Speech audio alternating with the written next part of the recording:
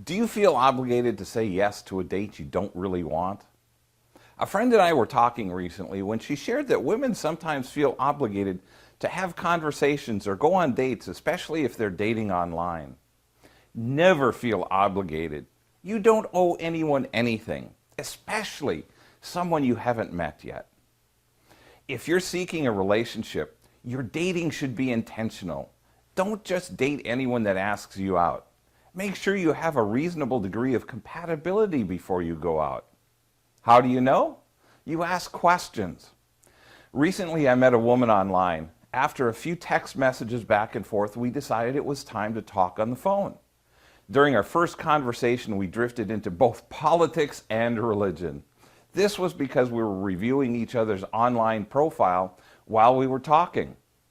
What could have been a dubious start to our conversation actually showed that we were closer on most things than we anticipated. Without a doubt, it was a spirited conversation. But by the end, we recognized that we were able to communicate respectfully without trashing the other person for their beliefs. We had a couple of dates, but in the end, there were a couple of major differences in our beliefs that we recognized as deal breakers.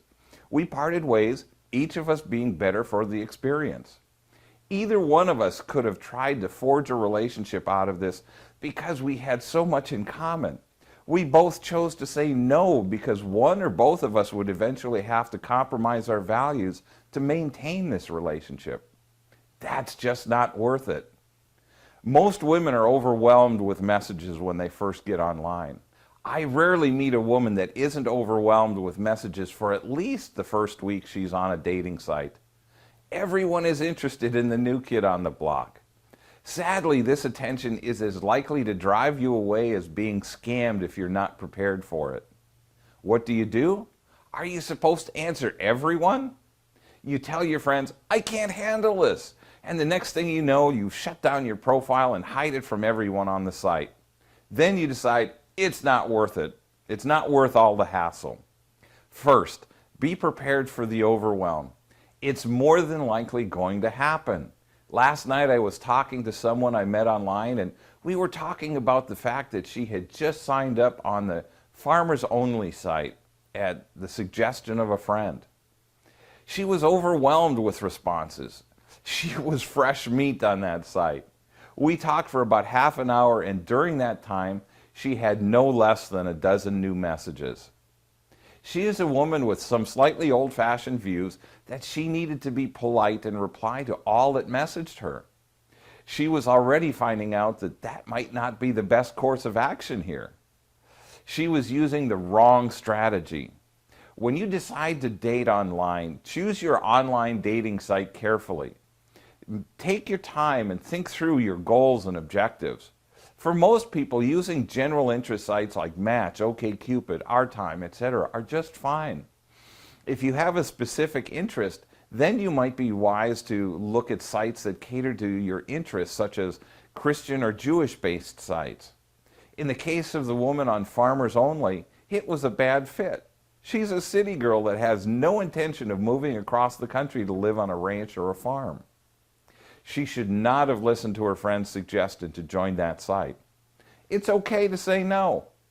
You don't have to answer every message you get on dating sites. The overwhelming number of messages will eventually decline. You don't have to say yes to everyone that asks you out. Don't feel obligated to go out with anyone you're not feeling attracted to or connected to just because you've had a couple of conversations. And this goes for meeting in person too. Don't lie. Just be straightforward and explain that you don't feel a connection. You can be friends, but that's about it. No more, no less. You will occasionally get blowback. Some people will feel that they're a great match for you and you just don't see it yet. They don't recognize that it has to be a two-way street. Just greet these texts or conversations with a smile, knowing you dodged a bullet. Be polite and wish them well. I hope you'll use this information to help you step out of your comfort zone and be more proactive in your dating life. Join me next week for Is Sex Getting in the Way of a Great Relationship? Now please go to my Facebook page, Rick Soderbeer Relationship Coach, and click the like button so that you see my daily tips, insights, and inspirations in your news feed. Then join me on Facebook weekly for Monday Mastery, live at 5, where I talk about whatever's happened over the weekend and how it applies to dating and relationships. Thanks for watching. Have a great and blessed day.